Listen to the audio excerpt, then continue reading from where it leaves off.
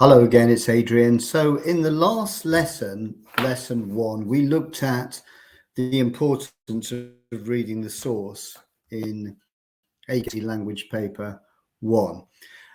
Today, in lesson 2, we'll be looking at the first questions of the paper, question 1 and question 2. And these are very straightforward, but still need some practice in order to achieve maximum marks. So the first thing I'm going to do is to share up a screen, and let's just have a quick look at this.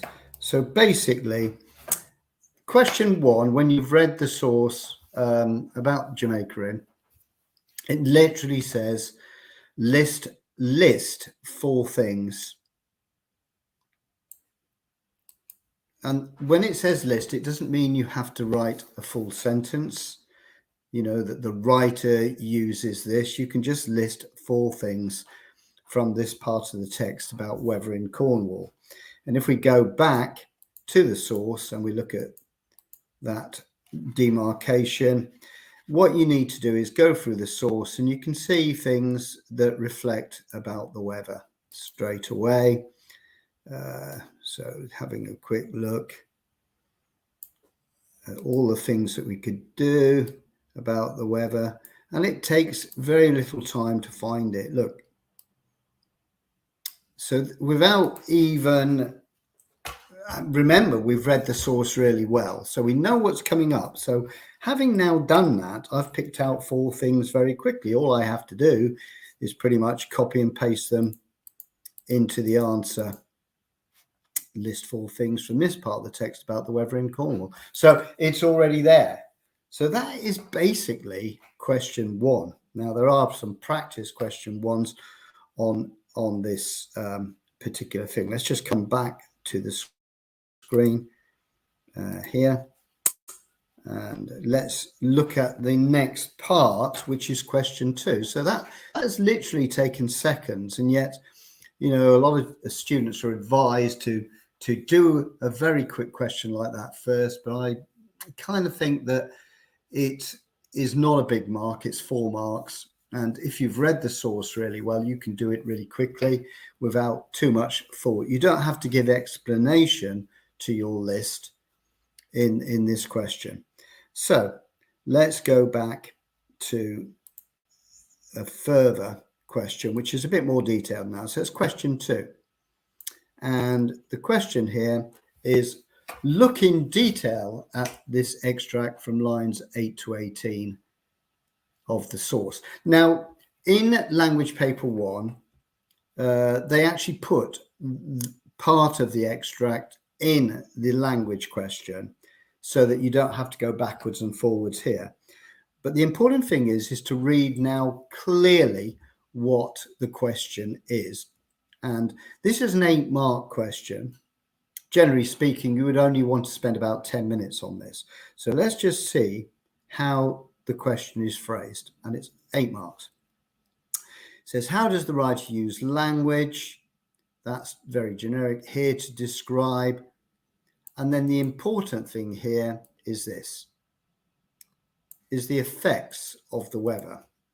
And what my suggestion is when you're doing this, is to go back to the text and make sure that what you're picking is actually an effect of the weather. Now, it tells you what language is. Now, I've often had a bit of a joke with students about this, because this is, how does the writer use language? Well, what else does a writer use? But below is the actual definition of language. And it says you could. Now, the could is a bit of a naughty phrase, because it gives the students the idea that really it's their choice not to, but that should be a should or a must. So what does it mean by language? It means words and phrases. That could be a single word, a couple of words, or a little bit more than a single word and a couple of words, maybe 3, 4, 5 words, making it a phrase.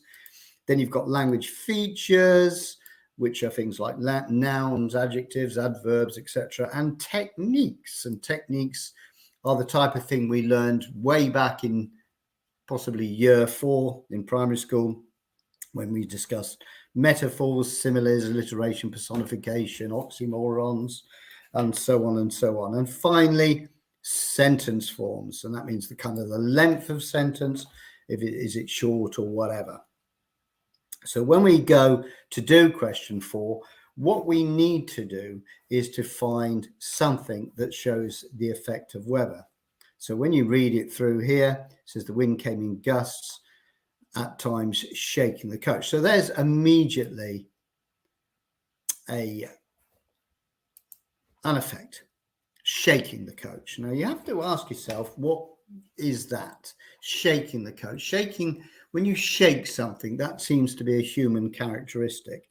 So that would mean that here, and there's a lot of this in this extract, if I remember, this is where the writer is personifying the wind in a sense, and it's taking on this role of a kind of a beast that's shaking the coach.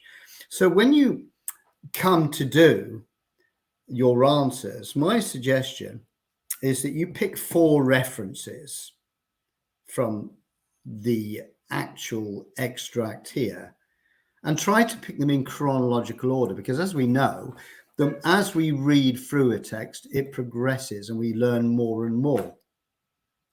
You know, it talked about shaking the coach, and later on it blew with such force that the whole body of the coach trembled and swayed. So that could be used.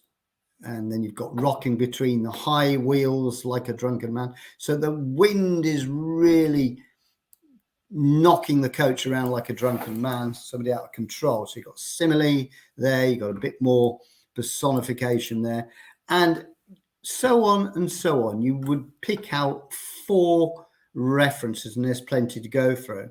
You know, you could also look at something like the driver muffled his greatcoat to his ears, bent almost double in his seat in a faint attempt to gain shelter from his own shoulders. It's so cold. You know, we could either say bent almost double, which is a hyperbolic kind of phrase, an exaggerated phrase, or we could look at attempt to gain shelter. And then we've even got the while the dispirited horses plodded suddenly. So even the horses are suffering and feeling fed up, and they don't want to carry on. So how do we write those answers? So my feeling is you can just write 4 very short paragraphs, but in the paragraph, what you do is you identify a technique. So let's go back to an idea that you could choose. So I would say this. So by using the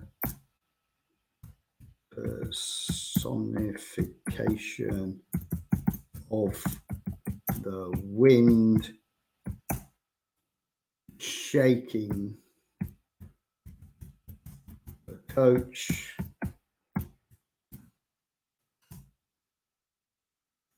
the writer creates an impression of an overwhelming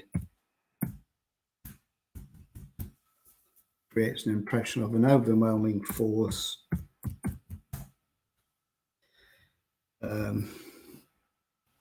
of wind. So I would say by using the personification of the wind shaking the coach, the writer creates an impression of an overwhelming force taking control of the coach. Now, that one paragraph should award you with 2 marks, because A, you've identified a language technique, the correct one, and it's personifying the wind. So it's making the wind almost a human characteristic. Shaking the coach, it's quite aggressive action. The writer creates an impression of overwhelming force taking control of the coach. Now, you only need those 2 points. If you make those 2 points like that, there's 2 marks. So all you need to do now is to pick out 3 more references 3 more references from here, whatever they are, and identify the technique, the word, the phrase, the feature, or the sentence form, and show the impact. And that is how you get 8 marks. So imagine those. I won't write another phrase, but imagine 4 paragraphs like this. Okay, these are all the same, but you can see you're talking about a number of words, probably that number of words, if I can see it here. I don't know, it's all part of the thing. But basically, we're talking 1, 2, 3, 4, 5, 6, 7, 8, 9, 10, 11, 12, 13, 14, 15, 16, 17, 18, 19, 20, 21, 22, 23, 24. So imagine it's 24 words, 25 words in each little paragraph. You are doing 100 words and you're getting 8 marks, but you can do it quickly and to the point. So that's it. So let's come out of that. Let's stop sharing that. Let's come back into here and talk it through. Right, where have I gone? I don't know. Let's see where I am. Oh, he's come back at all. So basically, if you look across on the ticker tape here, you can look at other question 1s and question 2. So in summary, all we're doing with question 1 and 2 is listing 4 things. And that's literally like a shopping list. So you don't have to put an explanation in. In question 2, you're identifying features, techniques, words, phrases, etc., and showing the impact. And it's a 2-fold mini paragraph. If you do 4 paragraphs and you do them in that as quickly as that, you're going to get yourself 8 out of 8 marks, and that's how it's done. But you need to practice that. You need to learn more about the language devices like metaphors, like similes, alliteration, personification is used quite a lot as well. And all of these elements are taught in my guide, Adrian's Revision Secrets 1 and 2. I hope that was of help to you, but that now ends lesson 2, and you've now covered the reading the source, questions 1 and 2, and the next one up will be a structure question, question 3. Thank you.